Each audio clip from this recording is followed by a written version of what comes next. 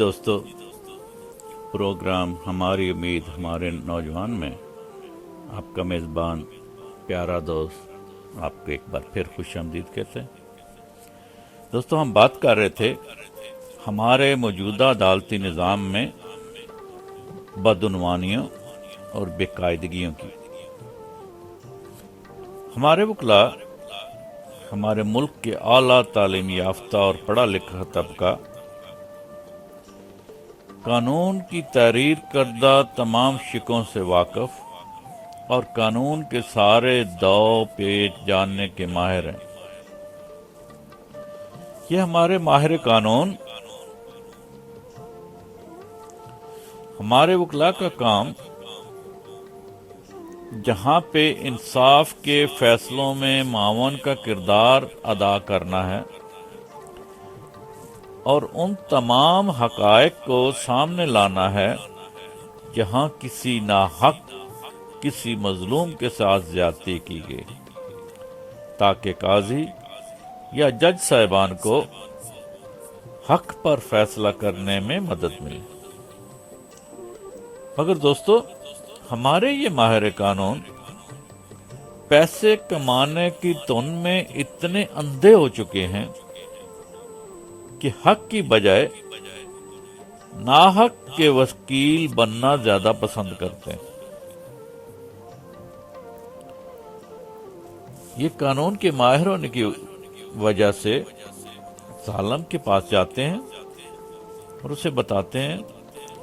کہ تم پر یہ قانون لاگو ہوتا ہے اور تمہیں اس کی بہت بڑی سزا مل سکتی ہے۔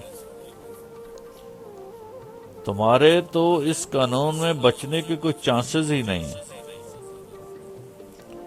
ہاں، اگر تم مجھے وکیل کر لو تو مجھے اس کیس میں میرے پاس کچھ ایسے قانونی نکتے ہیں کہ میں آپ کو بچا سکتا ہوں، مگر آپ کو اس کی کچھ قیمت تھوڑی ادا کرنی پڑے گی۔ دوستو، ہمارے ان بڑے بڑے قانون دانوں اس پورے وکلاء ٹولے میں جن لوگوں نے نام کمایا ہے،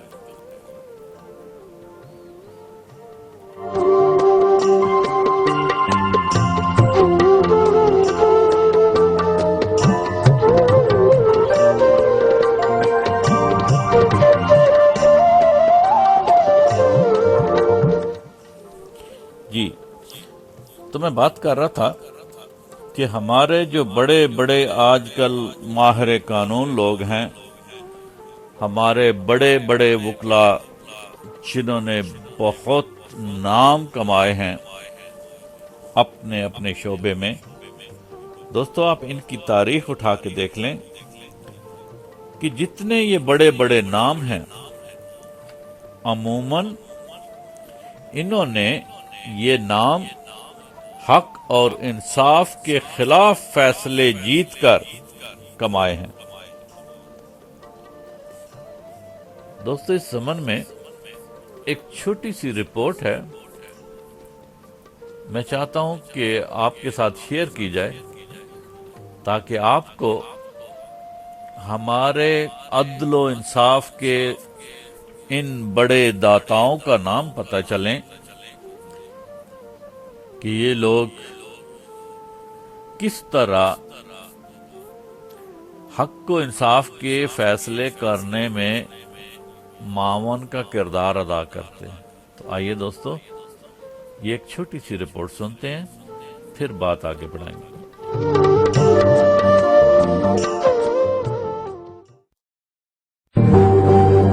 قانون کرپشن کا تریاق ہوتا ہے،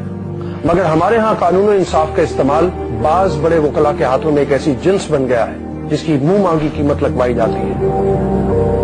یہ قیمت ہوتی ہے کالے دھن کو سفید کرنے کی، بدعنوانیوں کو قانونی تعویلات میں الجھانے کی، منصفوں پر اثر انداز ہونے کی، اپنی نیک نامی کا فائدہ اٹھانے کی اور سیاہ کو سفید کرنے کی۔